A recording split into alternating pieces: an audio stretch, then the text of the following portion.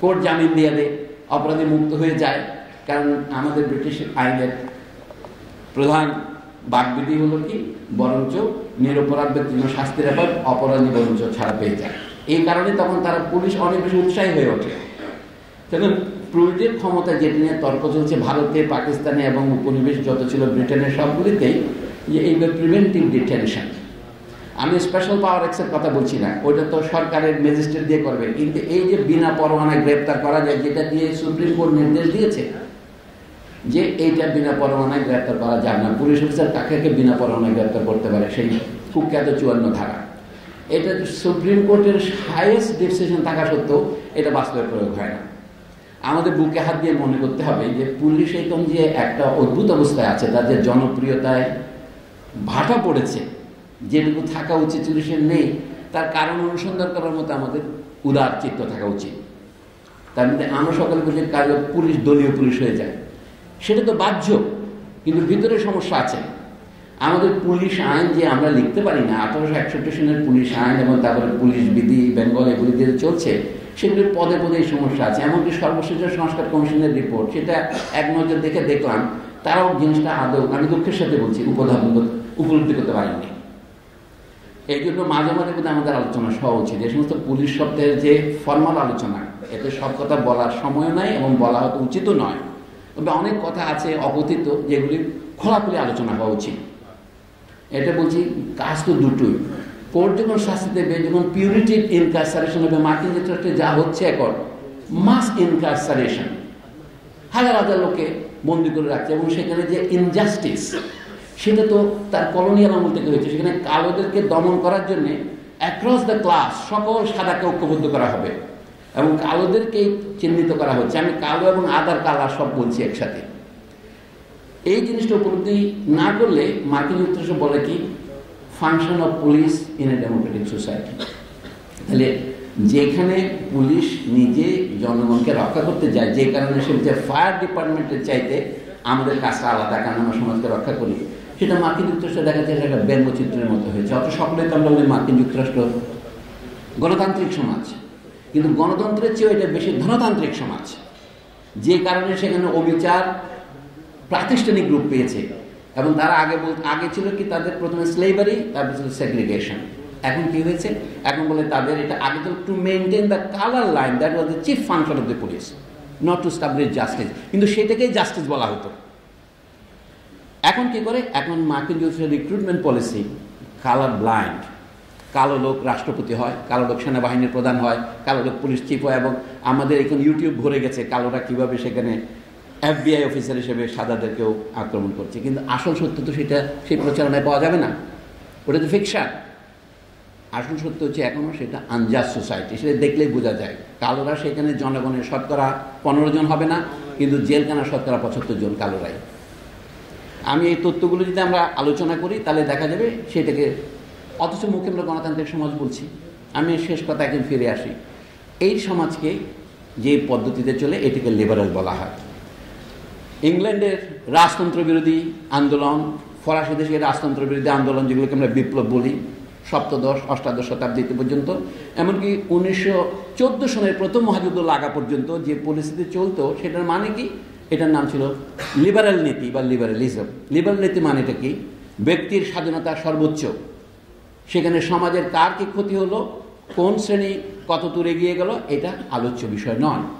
কিন্তু এই নীতির কন্ট্রাডিকশন হলো কি, সকলেই বলে কলোনি তোমাদের থাকবে কেন একা, হে ফরাসি, হে ওলন্দাজ, হে ইংরেজ, জার্মানি এবং ইটালির মতো দেশগুলি এগিয়ে আসলো, তারাও কলোনি চায়। এই যে আফ্রিকা নিয়ে খেয়েই বা ভাগাভাগি, 1885 সনের বার্লিন সম্মেলন, আফ্রিকাকে ভাগ করে নিতে হবে তাদের মধ্যে দখল করার জন্য, সেইটা 30 বছরের পরিণতিতে প্রথম মহাযুদ্ধ দেখা দিল। সেই যুদ্ধ 32 বছর চলেছে। আমরা প্রথম ও দ্বিতীয় মহাযুদ্ধ ভাগ করে থাকি বটে, কিন্তু এই যুদ্ধ 1914 সনে শুরু হয়ে 1945 সন নাগাদ শেষ হয়।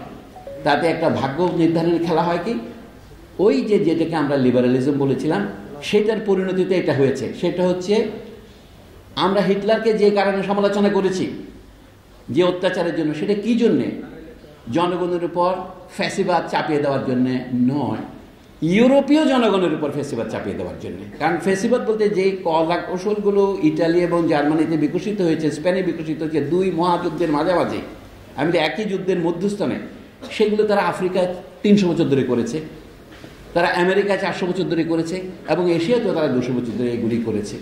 কিন্তু এটার জন্য কেউ হিটলারকে দোষী করে না। হিটলার যে দোষটা করেছে, ইংল্যান্ড, ফ্রান্স, ওলন্দাজরা একই কাজই করেছে, এবং তাদের পুলিশ নীতি ছিল সেই ঔপনিবেশিক নীতির সাথে। দাসপ্রথা বজায় রাখার জন্যে, কালোদেরকে দূরে রাখার জন্য, তারা যেন ভোট দিতে না পারে। এখন তারা বলছে আমরা খুব গণতন্ত্র হয়েছে, এখন তো তারা গলা টিপে ধরে বলছে আই ক্যানট ব্রিথ। এটা এখন চলছে না মার্কিন যুক্তরাষ্ট্রে। আমরা যেটা বলতে পারছি না, এই জন্য আমরা নিউ লিবারাল। নিউ লিবারাল কথাটা শুরু হলো যখন প্রথম মহাযুদ্ধের ফলে সারা পৃথিবী ধ্বংসের মুখে চলে গেল।